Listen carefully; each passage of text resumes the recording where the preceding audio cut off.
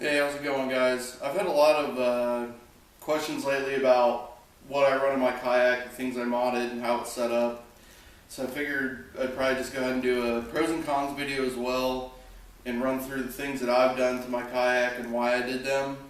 So first off, pros and cons for the big rig is, to me, the big rig is a boat that you're buying for a particular reason.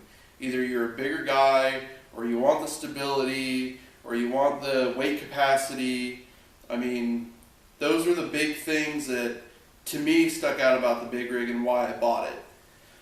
The cons, of course, are, I mean, it's a heavy boat. You're not getting away with that. It's kind of like a truck. You're not going to buy a truck for gas mileage.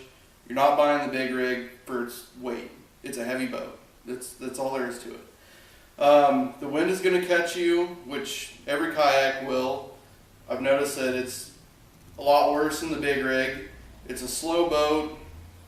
To me, it's comparable to the Coosa in the sense of a Coosa is a lot lighter, but is better in current, so it doesn't track as well, where the big rig actually tracks better than the Coosa, but because of the weight, it's almost equal in my mind. My fishing partner fishes a Coosa. He loves it, but we're kind of in the same boat as far as, you know, paddling back upstream, things like that. So we'll jump into what I've done and why I've done it with mine. So 2014 Jackson Big Rig. I'm in love with it. Everyone that knows me knows that I mainly do catfishing from this. I mean, that's what I do. That's our big thing, is catfishing. So for me, some of the big reasons why I bought this were A, the stability. Plus, I'm a big guy. I mean, I didn't want to, you know, cut myself short as far as the boat goes, getting a boat that can't handle myself and all my gear. So I basically went with the top dog to make sure that that wasn't going to happen. Fighting the bigger fish comes into play too. You know, hooking into a 30-pound catfish, you're going to get pulled around. It's just one less thing to worry about is getting tipped. So that's mainly what I do, and that's why I went with the big rig. Trucking this thing around is not fun out of the water. That's just, you hear that on every review. It's just, it is what it is. I've got a sea tug. It helps out sometimes. Sometimes it's worth it just to deal with it and pull it. Hills are a big problem. On our river, we don't have a lot of big designated boat ramps. So we're trucking up and down huge hills that are not meant for what we're doing on them.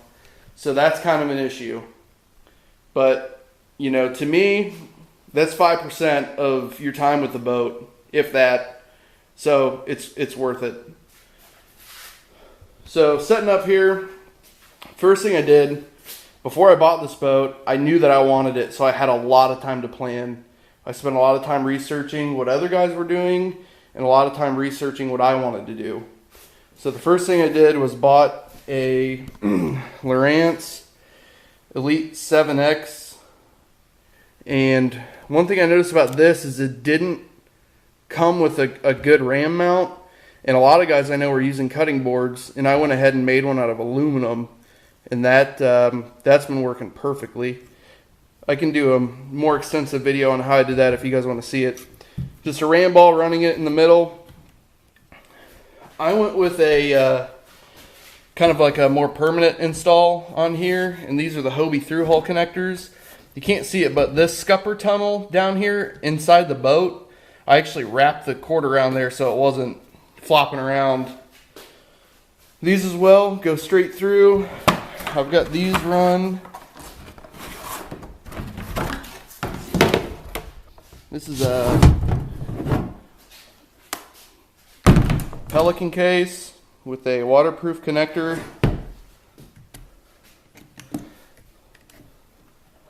I'm actually running two 12-volt, 7-amp-hour batteries. I'm going to change this year. I'm actually going to put a 12-volt, 20-amp-hour in there instead. It's just easier to charge that way. Don't charge them this way. I learned that the hard way.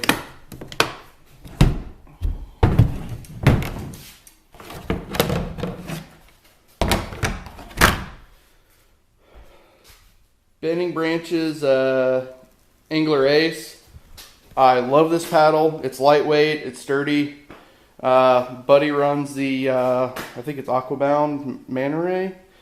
Pretty comparable. I mean, basically same construction. Next thing I did is I added these Driftmaster rod holders, and I mounted these on the gear tracks with just the Yak Attack bolts and tabs. Those work out great. I was thinking about upgrading them to the 1/2-inch version because my catfish rods, the butts of them were getting caught up.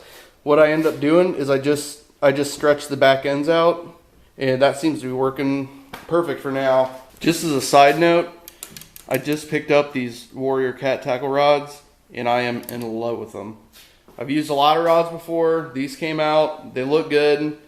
I got some positive reviews from some other guys, and they are everything I needed for what we do in this kayak.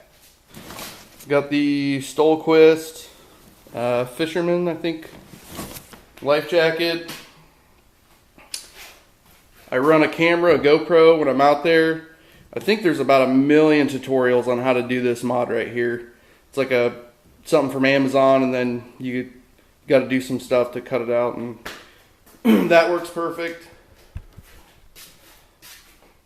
Went with the Engel 30-quart cooler.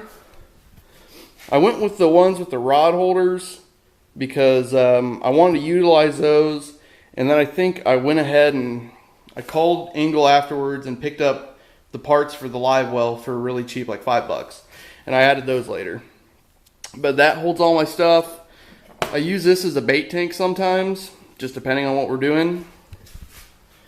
I used just a foam cutout for a spacer so I could utilize these right here, or else they wouldn't have fit. That was a perfect solution, cheap too. I added a anchor trolley, but I wasn't a particular fan of drilling into this just yet. So what I did is I actually took these bolts out of here and I mounted these rings. I mounted one right here and then one right here, and so far that's worked out pretty good. Later I did end up drilling anyways to add these guides in there, but I just use I think a D-ring for a ring for a hammock, I think, and I had that laying around. I just use that, and this is how I kind of keep everything from flopping around. That seems to work out pretty good. When I secure my cooler, I just made these simple straps here, and I can actually strap them into these, and that way if something does happen and I flip, then that shouldn't cause too much of an issue.